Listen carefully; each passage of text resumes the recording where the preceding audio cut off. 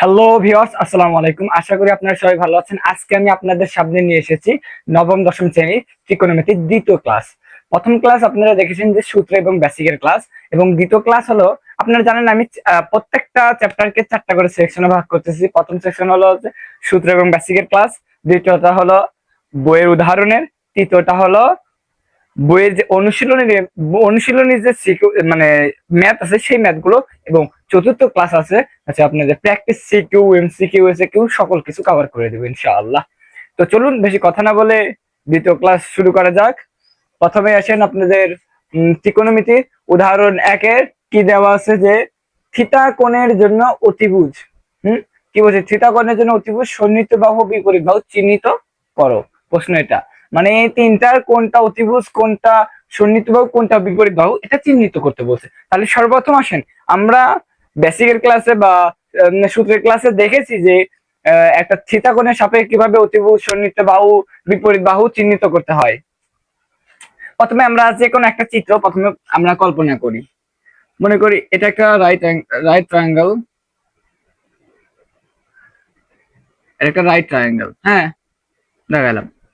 এটা হচ্ছে সমকোণ, সমকোণী ত্রিভুজের, এটা হলো সমকোণী ত্রিভুজের, এটা হলো সমকোণ, সমকোণী ত্রিভুজের সমকোণ।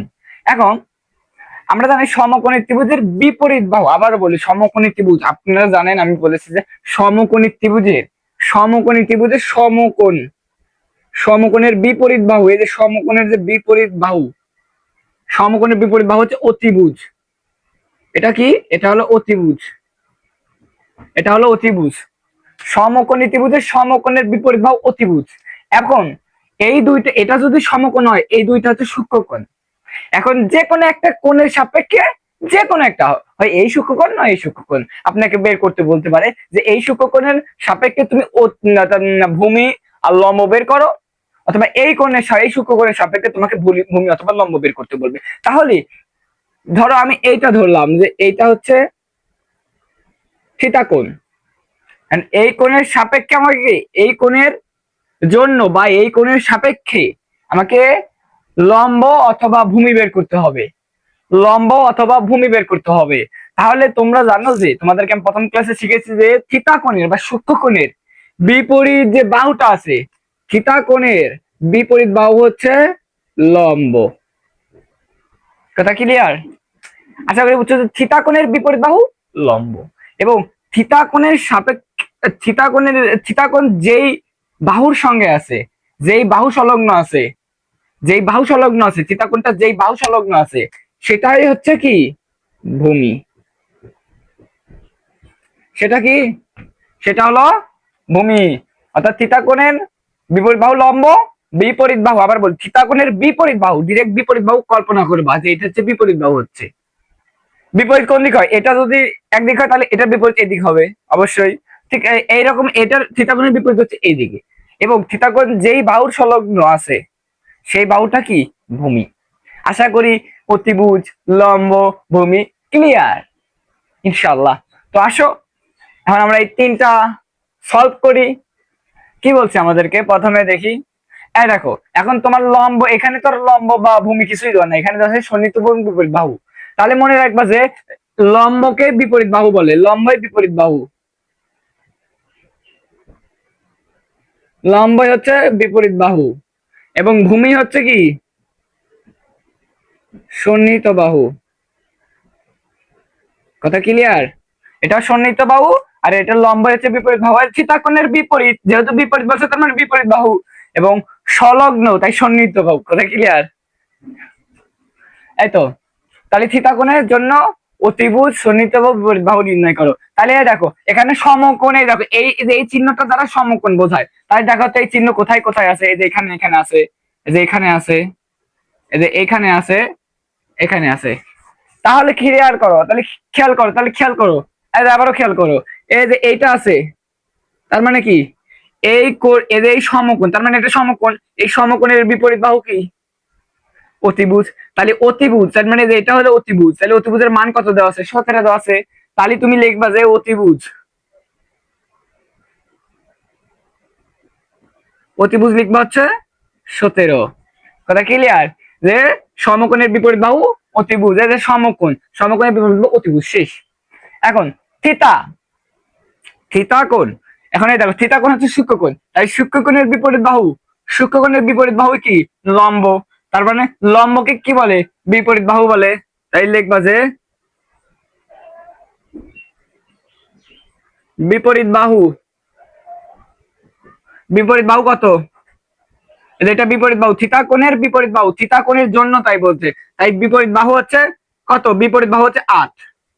এবং থিতা কোণ সংলগ্ন যে বাহুটা সেটা হচ্ছে সন্নিহিত বাহু। তোমরা দেখেছো যে ওইটাতে আমি তোমাদের সবকিছু ক্লিয়ার করে দিচ্ছি, এই একটা চিত্রতেই তোমাদের সবকিছু ক্লিয়ার, আশা করি। কত? 15। সো অতিভুজ 17, সমকোণের বিপরীত বাহু অতিভুজ 17। আর থিতা কোণ, এই যে সূক্ষ্মকোণ, সূক্ষ্মকোণের বিপরীত বাহু হচ্ছে কি? বিপরীত বাহু। তার মানে এটা হচ্ছে লম্ব, এটা মানে 8।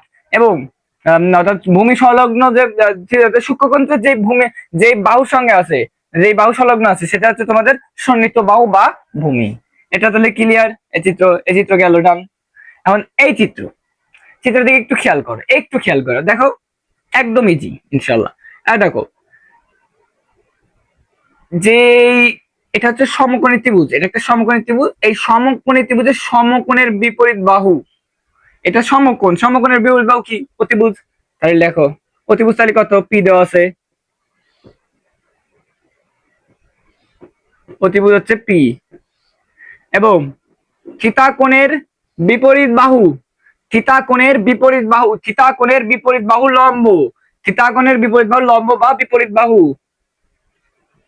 আশা করি ক্লিয়ার। থিতা কোণের বিপরীত বাহু হচ্ছে আর, এই আরটা কি? আরটা হলো বিপরীত বাহু বা লম্ব।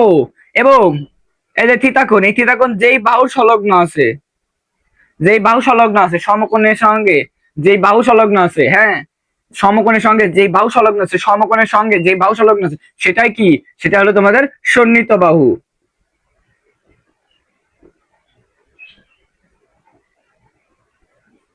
সন্নিহিত বাহু কত? কিউ। তাহলে অতিভুজ গেল, বিপরীত বাহু গেল, সন্নিহিত বাহু গেল। আশা করি এটা ক্লিয়ার। এখন এটা, এটাতে আমরা দেখি এই যে বিপরীত, এই যে সমকোণ, সমকোণের বিপরীত বাহু হচ্ছে এই যে অতিভুজ। তাহলে এখানে অতিভুজ কত? এই প্রশ্নে লিখে দিই অতিভুজ।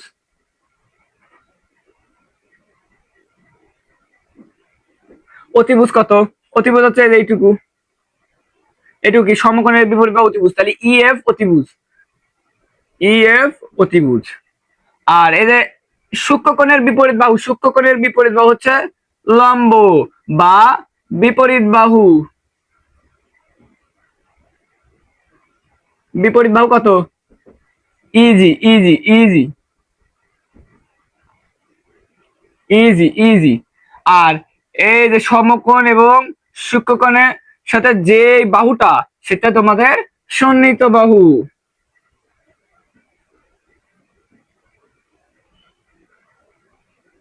সন্নিহিত বাহু কত? GF, GF. এটা আমার গার্লফ্রেন্ড না, জিএফ। এটা হলো শুধু, এটা যে সমকোণের জিএফ বাহু, এটা এটা কিন্তু আবার ওইটা না। সো এটা জিএফ, সন্নিহিত বাহু। তো আশা করি তোমাদের আর কখনো ভুল হবে না যে সন্নিহিত বাহু, অতিভুজ, বিপরীত বাহু, এটা না কোনো কনফিউশন থাকবে না আশা করি ইনশাল্লাহ। এখন তোমাদেরকে দেখাবো হচ্ছে উদাহরণ 2, সেটা হলো আলফা ও বিটা কোণের জন্য অতিভুজ, সন্নিহিত বাহু, বিপরীত বাহু দৈর্ঘ্য নির্ণয় করো। এখন কিন্তু দৈর্ঘ্য নির্ণয় করতে বলছে তোমাদেরকে। এখন কি বলতে? দৈর্ঘ্য নির্ণয় করতে বলছে কার সাপেক্ষে? আলফা ও বিটা কোণের জন্য।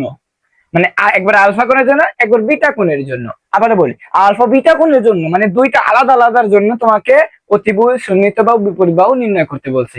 সো আসো বের করি। তোমরা এগিয়ে যে চিত্রটা তোমরা দেখতেই পেয়েছো যে কিভাবে নির্ণয় করতে হয়, কোনটা অতিভুজ কোনটা, তোমাদেরকে প্রথমে দেখাইছি। এখন দেখাই, এখন জাস্ট অ্যান্সার দেখাবো আমি। অ্যান্সারটা কি হবে? এই দেখো আলফা, এই দেখো তোমার কোন কোণের, তুমি যে কোনো একটা কোণ সাপেক্ষ করো, যে কোনো একটা ভাবো। এটা তো তোমরা জানো যে এই যে এটা হচ্ছে তোমার কি, এটা কি? এটা হচ্ছে তোমাদের সমকোণ। তোমরা এটা সবাই জানো, তোমরা এটা সবাই জানো যে এটা হলো সমকোণ।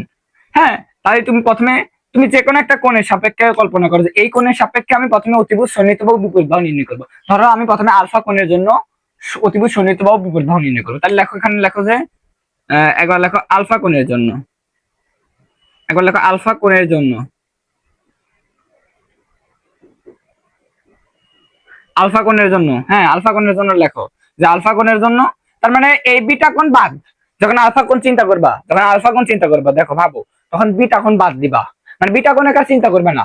যখন আলফা কোণ ভাববা যে আলফা কোণ নিয়ে তুমি কাজ করবে, তখন বিটা কোণ নিয়ে কোনো কাজ করবে না। যখন তুমি বিটা কোণ নিয়ে কাজ করবা, তখন আলফা কোণ বাদ দিবা, তখন আলফা কোণ নিয়ে কোনো কাজ নেই। এটা ক্লিয়ার? আসো, তাহলে আলফা কোণের জন্য, তাহলে প্রথমে তুমি কল্পনা করো যে তুমি জানো যে সন্নিহিত সমকোণের বিপরীত বাহু কি? অতিভুজ। তাই লেখো যে অতিভুজ, অতিভুজ সমান কত? 25, অতিভুজ 25। আর আলফা কোণের জন্য যেহেতু তুমি নির্ণয় করতেছো, তাহলে আলফা কোণের বিপরীত বাহু, বিপরীত বাহু হচ্ছে বিপরীত বাহু, এটা কিন্তু একক ধরতে হবে, এটা কিন্তু দৈর্ঘ্য ভাই, আগে বলে দিলাম। এটা যেহেতু দৈর্ঘ্য নির্ণয় করতে বলছে, তাহলে একক দিতে হবে যে 25 একক। তারপরে আলফা কোণে, আলফা কোণের বিপরীত বাহু হচ্ছে বিপরীত বাহু বা লম্ব, বিপরীত বাহু কত? 24, 24 একক, যেহেতু দৈর্ঘ্য। তাহলে আলফা কোণের বিপরীত বাহু হচ্ছে বিপরীত বাহু বা লম্ব 24 একক। তাহলে আলফা কোণ, আলফা কোণ, আলফা কোণ এবং সমকোণের সঙ্গে যে বাহুটি আছে, বাহুটি সংলগ্ন, সেটা হচ্ছে তোমাদের কি? সন্নিহিত বাহু। তাহলে সন্নিহিত বাহু কত?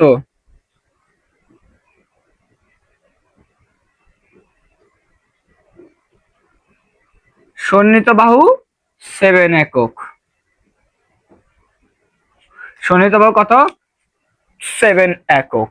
তাহলে অতিভুজ পেলাম, বিপরীত বাহু পেলাম, সন্নিহিত বাহু পেলাম, তিনটাই ক্লিয়ার আলহামদুলিল্লাহ, আশা করি। যারা আরেকটু বুঝুনি যে এখনো ভাইয়া বুঝিনি, তাহলে আসো বিটা কোণের জন্য বুঝাই দিই। সেম সেম, প্রথমে আমরা চিত্রটা একটু মুছে নিই। এখন দেখো বিটা কোণের জন্য,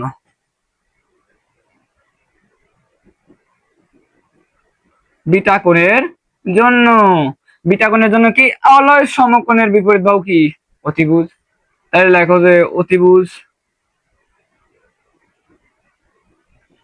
সমান কত? 25 গেল। এবং বিটা কোণের বিপরীত বাহু, এই যে বিটা কোণের বিপরীত বাহু হচ্ছে 7, তাহলে বিপরীত বাহু একক, তাহলে বিপরীত বাহু 7 একক, ঠিক আছে? 7 একক।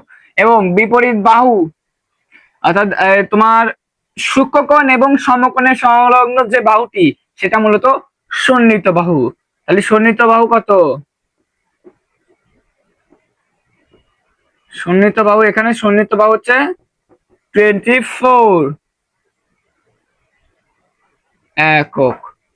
তাহলে আশা করি এটুকু ক্লিয়ার যে অতিভুজ কোনটা, বিপরীত বাহু কোনটা, সন্নিহিত বাহু কোনটা। তোমাদের আর ইনশাল্লাহ কোনো প্রবলেম হবে না। আমি আশা করি যে মনোযোগ দিয়ে করছো এই পর্যন্ত, তার কোনো প্রবলেম হবে না ইনশাল্লাহ, এইটুকু আশ্বাস রাখতে পারো।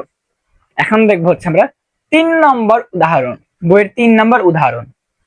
দেখো, প্রথমে প্রশ্নটা আমরা পড়বো। tan a সমান 4/3 দেওয়া আছে, হলে এ কোণের অন্যান্য ত্রিকোণমিতিক অনুপাত সমূহ নির্ণয় করো। কি বলছে? অর্থাৎ tan a এর মান দেওয়া আছে এটা, এবং এই কোণ মানে এই এ কোণের সাপেক্ষেই আরো যে ত্রিকোণমিতিক অনুপাত আছে, অর্থাৎ সাইন, কস, কট, সেক, কোসেক, সেইগুলো তোমাকে বের করতে হবে। ট্যান দেওয়া আছে সেটার সাপেক্ষে। যখন তোমার এইগুলো, এই যে একটা ত্রিকোণমিতিক অনুপাত দেওয়া থাকবে এবং অন্যান্য ত্রিকোণমিতিক অনুপাত বের করতে হবে, অর্থাৎ ওই কোণের সাপেক্ষে, তখন সর্বপ্রথম তোমরা কাজ কি জানো?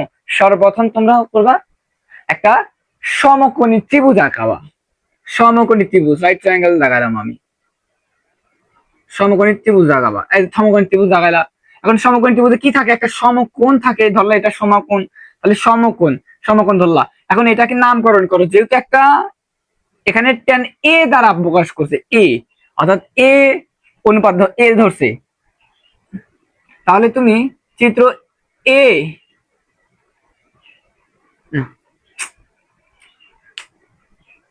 তাহলে তুমি চিত্র এ বি সি বা এ বি সি তুমি যেভাবে ধরো, তুমি যেভাবে ইচ্ছা ধরো, অর্থাৎ তুমি Dharla A B C Dharla. এখন তাহলে তোমার এটা হচ্ছে সমকোণ, তাহলে এটা কি, এটা হলো সূক্ষ্মকোণ, এটা tan এ, এই কোণের সাপেক্ষে তোমার tan এর মান বের করছে, tan এর মান বের করছে, এই কোণের সাপেক্ষে তোমার tan এর মান বের করছে। tan এর মান কত দেওয়া আছে, দেওয়া আছে, কি দেওয়া আছে দেখাও, লিখবা, দেওয়া আছে, কি দেওয়া আছে, tan এর মান, tan এ সমান কত দেওয়া আছে, 4/3 দেওয়া আছে।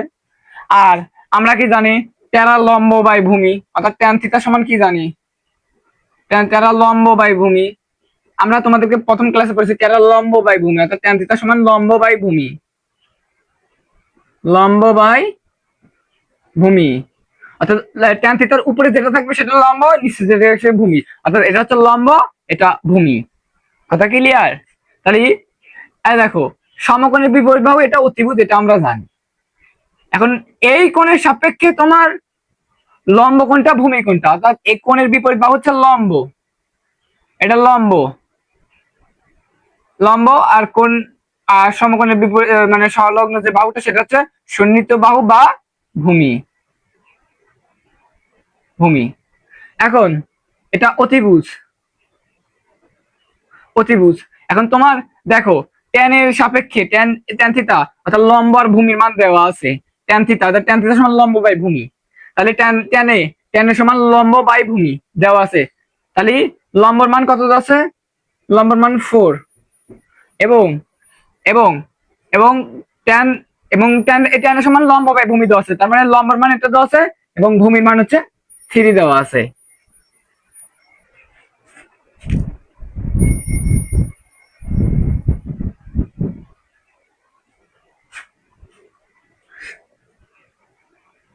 ভূমির মান 3 দেওয়া আছে, তাহলে তোমাকে বের করতে হবে, দেখো লম্বর মান দেওয়া আছে, ভূমির মান দেওয়া আছে। এখন তোমাকে দেখো জাস্ট একটার মান দেওয়া নাই, কিসের মান দেওয়া নাই, অতিভুজের মান দেওয়া নাই। আর তোমাদেরকে আমি পড়াইছি প্রথম ক্লাসে যে পিথাগোরাসের উপপাদ্য অনুসারে তোমার যে কোনো দুইটা মান দেওয়া থাকলে একটার মান বের করে নিতে হবে। তাহলে আসো একটার মান বের করে নি, কিভাবে বের করবা, অর্থাৎ অতিভুজের মান, অতিভুজ সমান আমরা জানি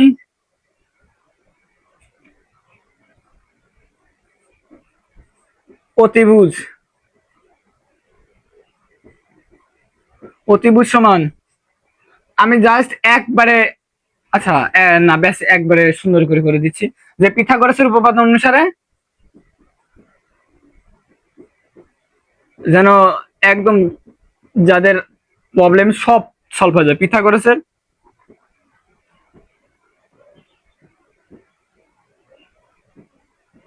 অনুসারে, পিথাগোরাসের উপপাদ্য অনুসারে আমরা জানি লম্বের উপর স্কয়ার প্লাস ভূমির উপর স্কয়ার সমান অতিভুজের উপর স্কয়ার। তাহলে আমাদের কিসের মান বের করতে হবে, জাস্ট অতিভুজের মান বের করতে হবে। তাহলে অতিভুজ লিখবা যে অতিভুজ সমান স্কয়ার এই পাশে আসলে রুট হয়ে যাবে, অর্থাৎ রুট, লম্বর মান কত দেওয়া আছে, লম্বর মান দেওয়া আছে 4, তারপরে তার উপর আবার স্কয়ার আছে, প্লাস এই যে প্লাস, ভূমির মান কত দেওয়া আছে 3, তার উপর আবার স্কয়ার আছে। তাহলে তোমরা এই লাইনে বের করে ফেলো একবারে। তাহলে 4 এর উপর স্কয়ার করে 16, 3 এর উপর স্কয়ার করলে 9, 16 আর 9 কত, 25, 25 কে রুট করলে কত হয়, তুমি ক্যালকুলেটর দিয়ে করো, আমি মুখে করতেছি, 25 কে রুট করলে হয় 5। কথা বুঝতে পারছো? তাহলে 25 কে রুট করলে হবে 5 গেল। তাহলে অতিভুজের মান আসলো, লম্বর মান আসলো, ভূমির মান আসলো। এখন তুমি এই এ কোণের সাপেক্ষে যে কোনো ত্রিকোণমিতিক অনুপাত বের করতে পারবে, সে সেক হোক, কসেক হোক, ট্যান কট হোক, যে কোনোটা। তাহলে শোনো, যে কোনো দুইটা দেওয়া থাকলে একটা আগে বের করে নিবা, তাহলে তোমরা অন্যান্য সকল ত্রিকোণমিতিক অনুপাত বের করতে পারবে, বুঝতে পারছো? তাহলে গেল, এই অংশটুকুর কাজ করতে হবে। আমি জাস্ট বুঝাচ্ছি জন্য অনেক দেরি হচ্ছে, মনে হচ্ছে অনেক দেরি, কিন্তু না, তোমরা দ্রুতই করতে পারবে।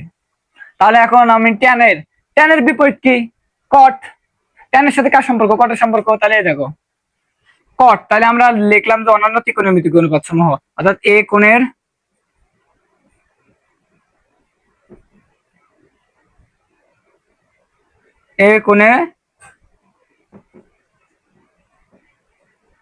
অন্যান্য ত্রিকোণমিতিক অনুপাত,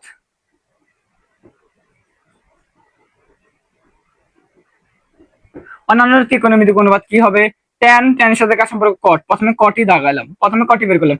ট্যানের বিপরীত অর্থাৎ তোমরা দেখেছো যে অর্থাৎ ট্যান এর সমান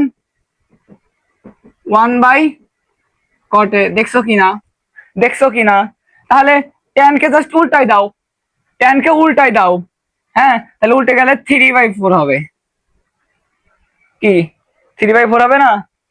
ট্যানের মান কত? এখান থেকে তুমি কটের মান বের করবা। কটে ট্যানের মান কত দেওয়া আছে? ট্যান এই পাশে আসলো, ট্যানের মান 3/4 আছে, তাহলে উল্টে যাবে। 3/4, সরি 4/3 আছে। তাহলে 1/নিচে কোনো কিছু, তার নিচে আর কিছু আছে, তার মানে নিচেরটা একদম উপরে চলে যাবে। তোমাদেরকে আমি দেখাইছি 3/4 আসবে। দরকার তোমরা ক্যালকুলেটারে করবা, 3/4 আসবে। তাহলে এই তো আমি 3/4 লিখছি। কোথাও বুঝতে পারছো? আশা করি বুঝছো। তাহলে ট্যান গেল। এখন আমরা সাইন বের করব। সাইনে সাইনে সাইনের মান কত? এ কোণের সাপেক্ষে সাগরে লবণ আছে, লম্ব অতিভুজ। লবণ আছে, লবণ আছে, লম্ব ডিভাইডেড বাই অতিভুজ, লম্ব ডিভাইডেড বাই অতিভুজ। তার মানে 4/, এটার মান ধরো 5 বেরিয়েছে, 4/5। আর দেখো সাগরের লবণ আছে, অর্থাৎ লম্ব বাই, একবারে ভেঙে বুঝাই দিচ্ছি, অতিভুজ। তাহলে এ কোণের সাপেক্ষে লম্ব কোনটা? 4, 4। অতিভুজ কোনটা? 5। কথা ক্লিয়ার? এখন আমরা কস বের করব।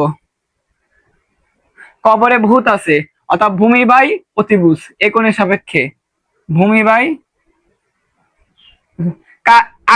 এর আগের ক্লাসে কিন্তু আমি তোমাদেরকে দেখাইছি যে এগুলো কিভাবে হলো। হ্যাঁ, তাহলে ভূমি কত দেওয়া আছে? 3, অতিভুজ কত? 5। এখন এখন সাইনের, যেমন ট্যানের সাথে কটের একটা সম্পর্ক আছে, সাইনের সাথে কার সম্পর্ক? কোসেকের। তাহলে সাইনের বিপরীত কি? কোসেক। উল্টে যাবে, মানে কোসেকেরটা উল্টে যাবে, কোসেকে জাস্ট উল্টাই দিবা। উল্টাই দিলে কি হয়ে যাবে? না, 4/5 আছে, 5/4 হয়ে যাবে। 4/5 থাকলে 5/4 হয়ে যাবে। অর্থাৎ সাইনের বিপরীত কোসেক, ট্যানের, তারপরে ট্যানের বিপরীত কট, কসের বিপরীত সেক। তার মানে সেক, সেক এ সমান কত হবে? তাহলে 3/5 আছে হচ্ছে কস, তাহলে কসের সাথে সেকের সম্পর্কটা কিন্তু বিপরীত সম্পর্ক। তাহলে কস সমান 3/5 থাকলে সেক সমান 5/3। এই তো তোমরা জানো 6টা ত্রিকোণমিতিক অনুপাত, তাই তো? এই তো 5টা, আর এই যে একটা ছিল 6টা ত্রিকোণমিতিক শেষ। তাহলে এইভাবে তোমাদের দেখবা, তোমাদের মানে অনেক বোর্ডে অনেকবার কোশ্চেন আসবে, এমসিকিউ তো থাকবেই, এখান থেকে এই টাইপ থেকে এমসিকিউ থাকবেই। বাট সিকের কোয়া চলে আসতে পারে, আবার তোমাদের এসএকিউ আছে, এসএকিউ চলে আসতে পারে। সো এটা একটু দেখে যাবে। আলহামদুলিল্লাহ, আশা করি বুঝছো। আমরা কি করেছি মূলত, সেটা হলো এরকম কোশ্চেন দেওয়া থাকবে, ত্রিকোণমিতিক অনুপাত বের করতে বলবে। তাহলে সর্বপ্রথম তোমার কাজ কি? তোমার একটা সমকোণী ত্রিভুজ আঁকানো। সর্বপ্রথম স্টেপ বাই স্টেপ আসো। সর্বপ্রথম যে ত্রিকোণমিতিক অনুপাত দেওয়া আছে সেই অনুযায়ী চিত্র দাগাবা। প্রথম কাজ, যেই ত্রিকোণমিতিক দেওয়া আছে সেটা অনুযায়ী চিত্র দাগাবা।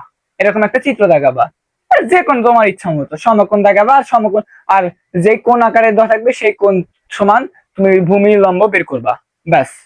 তারপর পিথাগোরাসের উপপাদ্য অনুসারে যেটা দেওয়া থাকবে না, তোমাকে পিথাগোরাসের উপপাদ্য অনুসারে সেটা বের করে নিবা। তারপরে ওই কোণের সাপেক্ষে দেখো, তিনটাই যখন বের হয়ে যাবে তখন ওই কোণের সাপেক্ষে, এই কোণের সাপেক্ষে, এই কোণের সাপেক্ষে, অর্থাৎ এই কোণের সাপেক্ষে বাকি ত্রিকোণমিতিক কোণগুলো বের করবা।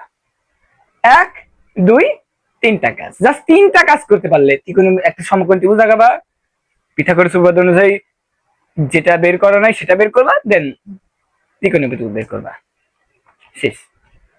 এখন দেখাবো তোমাদের উদাহরণ 4। উদাহরণ 4-এ প্রথমে প্রশ্ন করবা, মনোযোগ দিয়ে প্রশ্ন করবা। এবিসি সমকোণী ত্রিভুজের কোন বি কোণটি সমকোণ? কি বলছে? একটা এবিসি সমকোণী ত্রিভুজ। তাহলে আমরা প্রথমে একটা সমকোণী ত্রিভুজ জায়গায় ধরলাম, যে কোনো একটা, সরি, ধরো যে এটা একটা সমকোণী ত্রিভুজ। এটা ধরো যে এটা একটা সমকোণী ত্রিভুজ। প্রথমে ধরো এটা কি সমকোণী ত্রিভুজ, এবিসি নামকরণ করো। ধরো এটা এ, এটা বি, এটা সি, নামকরণ করলা। কোন বি কোণটি হচ্ছে সমকোণ? হ্যাঁ, একদম এক্সাক্ট নামকরণ করছি। কোন বি কোণটা কি? সমকোণ। এই কোণটা কি? সমকোণ। বি কোণটা সমকোণ। তাহলে প্রথম লাইনে যা বলছে সব সব সব করা শেষ। সমকোণী ত্রিভুজ দেখাইছি, কোন বি কে সমকোণ চিহ্নিত করছি, শেষ প্রথম লাইন। দ্বিতীয় লাইনে কি বলছে যে tan a সমান 1 হলে, মাথায় গে মাথায় মাথায় মাথায় মাথায় মাথায় মাথায় মনে করো যে তোমাদের আগের ম্যাথও করাইছি যে একটা ত্রিকোণমিতিক অনুপাত দেওয়া থাকলে বাকি ত্রিকোণমিতিক অনুপাত বের করার একটা ওই দেখাইছি কিনা। তাহলে লেখো যে দেওয়া আছে tan a সমান কি 1 দেওয়া আছে। এখন মনে মনে কল্পনা করো, আচ্ছা কোনো কিছু নাই মানে কি আছে এর নিচে, কোনো কিছু নাই মানে কি আছে এর নিচে 1 আছে না, আবার কোনো কিছু নাই মানে এর সাথে কি 1 গুণন আছে না, আছে, তোমরা ছোটবেলা থেকে পড়তেছো। তাহলে কোনো কিছু নাই মানে 1 আছে। হ্যাঁ, এটা কোন কোণের সাপেক্ষে, এটা কোন কোণের সাপেক্ষে 1 আছে, অর্থাৎ tan a, এ কোণের সাপেক্ষে তোমার এই ত্রিকোণমিতিক অনুপাত বের করছে, এ কোণের সাপেক্ষে। তাহলে এই কোণের সাপেক্ষে তোমার এই যে এটা বের করতে বলছে। তাহলে আমরা tan থিটা সমান কি জানি, লম্ব বাই ভূমি। তার মানে কি এ কোণের সাপেক্ষে এটা হচ্ছে লম্ব, এটা হচ্ছে ভূমি। তার মানে কি এ কোণের সাপেক্ষে 1 এর মান হচ্ছে লম্ব আর 1 হচ্ছে ভূমি। তাহলে এদের লম্ব, এদের ভূমি। কথা বুঝছো যে কোনটা লম্ব কোনটা ভূমি? তুমি এটা কিভাবে বের করবে? এটা তুমি যেটা দেওয়া আছে, যে ত্রিকোণমিতিক অনুপাত দেওয়া আছে, সেই ত্রিকোণমিতিক অনুপাত অনুযায়ী তুমি বের করলা যে এই কোণের সাপেক্ষে এটা হলো লম্ব, এটা ভূমি। আর লম্ব আর ভূমির মান তোমরা এখান থেকে দেখতে পাচ্ছ 1 1। আর যে কোনো দুইটা দেওয়া থাকলে এবং একটা যদি না দেওয়া থাকে তাহলে তোমরা সেটা পিথাগোরাসের উপপাদ্য অনুসারে বের করতে পারো। জানো কিভাবে? এটা কিসের মান বের করতে বলছে? একটা সমকোণের বিপরীতে অতিভুজ, তার মানে অতিভুজের মানটা তোমাকে বের করতে হবে। তাহলে অতিভুজ সমান কি জানো? অতিভুজ সমান কি জানো? রুট ওভার লম্বের উপর স্কয়ার প্লাস ভূমির উপর স্কয়ার, ঠিক না? হ্যাঁ, তারপর লম্বের মান কত দেওয়া আছে? লম্বের মান 1 দেওয়া আছে, 1 এর উপর স্কয়ার প্লাস ভূমির মান কত দেওয়া আছে? 1 দেওয়া আছে, ভূমির মান 1 1 1, তাহলে √2 হয় आंसर। তাহলে অতিভুজের মান হয় √2। তাহলে এখন দেখো লম্ব দেওয়া আছে, ভূমি দেওয়া আছে, অতিভুজ দেওয়া আছে, তিনটাই দেওয়া আছে। এখন তুমি যে কোনো কিছু বের করতে পারবা। হ্যাঁ, তাহলে এইটুকুর কাজ গেল। এখন তোমাকে বের করছে যে এত এর সত্যতা যাচাই করো, মানে কি প্রমাণ করতে বলছে। সত্যতা বলতে প্রমাণ করতে বলছে, তার মানে কি লেফট হ্যান্ড সাইড সমান রাইট হ্যান্ড সাইড তোমাকে প্রমাণ করতে বলছে। তাহলে তো প্রথমে তুমি লেফট হ্যান্ড সাইড তুলো। লেফট সাইড কি দেওয়া আছে? 2 sin a into cos a তুললা, ভালো কথা। এখন তুমি কি সাইন এর cos a কখনো বের করছো? বের তো আর করনি। তাহলে সাইন এ cos a তুমি এক্সাক্ট এই পাশে বের, অন্য এক পাশে বের করে নিবে। খাতা দেখবে এক পাশে তুমি লিখতেছো কিন্তু আর এক পাশে বের করার জায়গা আছে। সো সাইন এর cos এর মান বের করে নাও তুমি। তাহলে সাইন এর সমান আমরা সাইন এর সমান কি জানি? এই যে এই কোণের সাপেক্ষে আমাদের সাইন আর cos এর মান বের করতে হবে, এই কোণের সাপেক্ষে। তাহলে সাগরের লবণ আছে, অর্থাৎ লম্ব বাই ভূমি।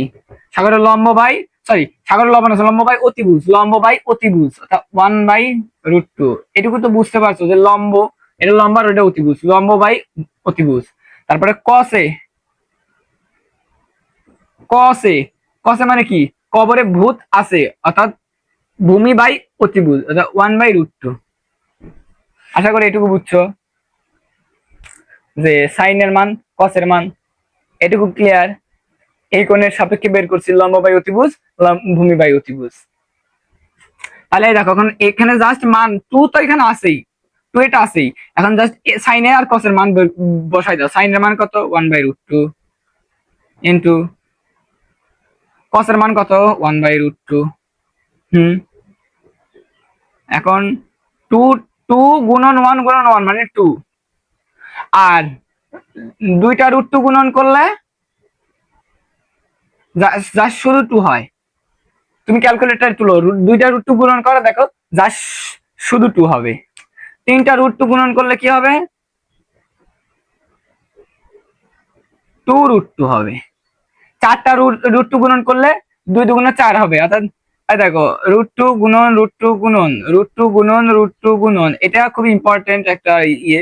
দেখো দুইটা √2 গুণন করলে 2 হয়, দুইটা √2 গুণন করলে 2 হয়, তাহলে 2 2 2 2 গুণ 4। কথা বুঝছো? এভাবে তোমরা মুখেও করতে পারবে। তাহলে দুইটা √2 গুণন করলে 2 হয়, তাহলে 2 2 কাটা যায়, কাটা গেলে কত হয়? 1। এটাই কি রাইট হ্যান্ড সাইড, এটাই রাইট হ্যান্ড সাইড। আশা করি তোমরা উদাহরণ 4ও বুঝতে পেরেছো। তাহলে আমরা যেহেতু তাহলে আমি আশা করি তোমরা এই ক্লাসটি যারা করেছো, আশা করি এইখান থেকে যদি একটা এনি কোশ্চিন হয়, এমন যত কঠিন কোশ্চিন হোক তুমি সব পারবা, তুমি বুঝে থাকো ইনশাল্লাহ। আর আমি আশা করি তুমি বুঝতে পারছো। আর তোমরা জানো যে তোমাদের 12টি উদাহরণ আছে, বাট আমার এক ক্লাসে 12টি দেওয়ার মতো সেই সময়ের যে আমার যে ডিউরেশন, যে যতবার ডিউরেশন হবে সেই ডিউরেশন অনুযায়ী আমার ফোনে স্টোরেজ হবে না, তাই আমি ছোট ছোট করে ভিডিও দিচ্ছি। আশা করি তোমাদের উপকার হবে। পরবর্তীতে আরো যে উদাহরণগুলো আছে সেগুলো সলভ করে দেওয়ার চেষ্টা করব। ততক্ষণ ভালো থাকো এবং আমার সঙ্গে থাকার চেষ্টা করো। আর অবশ্যই আমার চ্যানেলটাকে সাবস্ক্রাইব করে থাকো, সাবস্ক্রাইব করে দিও। আসসালামু আলাইকুম রহমতুল্লাহ।